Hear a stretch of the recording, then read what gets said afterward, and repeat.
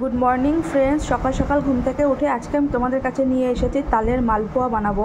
তো তোমরা দেখতেই পাচ্ছ এই যে তাল, এই তালটাকে আমি ভালো করে নারকেল দিয়ে দুধ দিয়ে ভালো করে জাল দিয়ে নিয়েছি। আর এখানে রয়েছে হচ্ছে সুজি।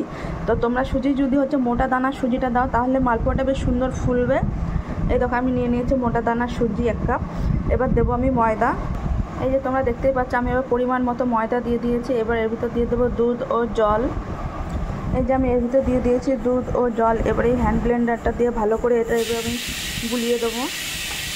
এবার আমি দিয়ে দেবো সামান্য একটু লবণ আর একটু জল লাগবে, কারণ বেশি একটা এই দেখো তোমাদের দেখাচ্ছি খুব বেশি শুকনো হয়ে গেছে। ঠিক আছে, চলো মালপোয়ার জন্য ব্যাটারটা আমার এখন রেডি হয়ে গেছে, তোমরা দেখতেই পাচ্ছ। এবার কড়াইতে তেল দিয়ে দিয়েছি, কড়াইয়ের তেল গরম হচ্ছে বন্ধুরা, কড়াইয়ের তেল গরম হয়ে গেছে আর এখানে আমার ব্যাটারটা রেডি হয়ে গেছে। এবার এটা আমি এক এক করে দিয়ে দেবো।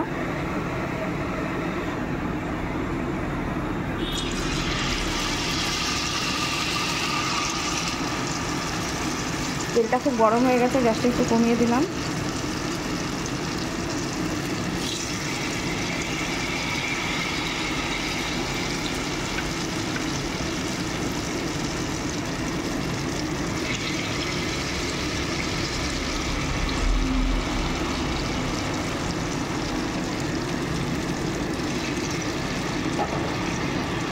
তো আমি চারটে চারটে করে দিয়েছি।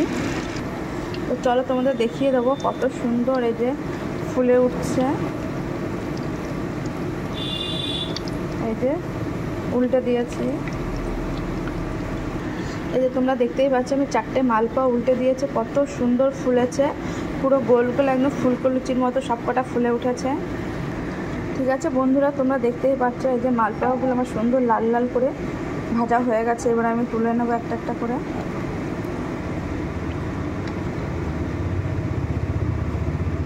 আর আজকে আমি তোমাদের দেখালাম তালের মালপোয়া। তো চলো এবার আমি এই পেপারে রেখে দেবো, কারণ তেলগুলো চুয়ে নেবে।